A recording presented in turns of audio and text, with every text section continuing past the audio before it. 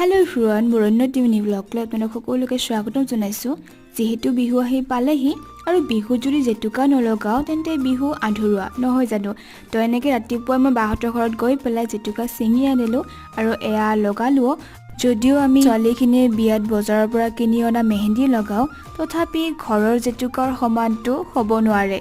আৰু অসমবাসীৰ বাবে জেতুকা আৱেগ নহয় জানো। তাৰপিছত সন্ধিয়া পৰত মই মা আৰু বা গ'লোঁ বিহুৰ বজাৰ কৰিবলৈ। তো ছোৱালী মানুহৰতো বজাৰ মানে আপোনালোকে গমেই পায় কেনেকুৱা কি। তাৰপিছত গ'লোঁ আকৌ এখন বেলেগ দোকানলৈ আৰু তাতে যোৱাৰ আগে আগে আইচক্ৰীম খাই ল'লোঁ। যিহেতু বজাৰত আহিছোঁ কিবাটো খাব লাগিবই। তাৰপিছত গ'লোঁ ট্ৰেন্সলৈ, আৰু ট্ৰেন্সত গ'লে মোৰ মানে কি হয়, কোনখন ল'ম কোনখন নল'ম, মানে অধিক মাজত বগলী কণা টাইপ হৈ যাওঁ মই। চব ল'ব মন যায়, চব পচন্দ হয় মোৰ।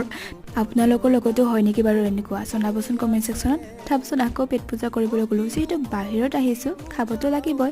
তেন্তে আজি মিনি ব্লগটো ইমানেই, বাই।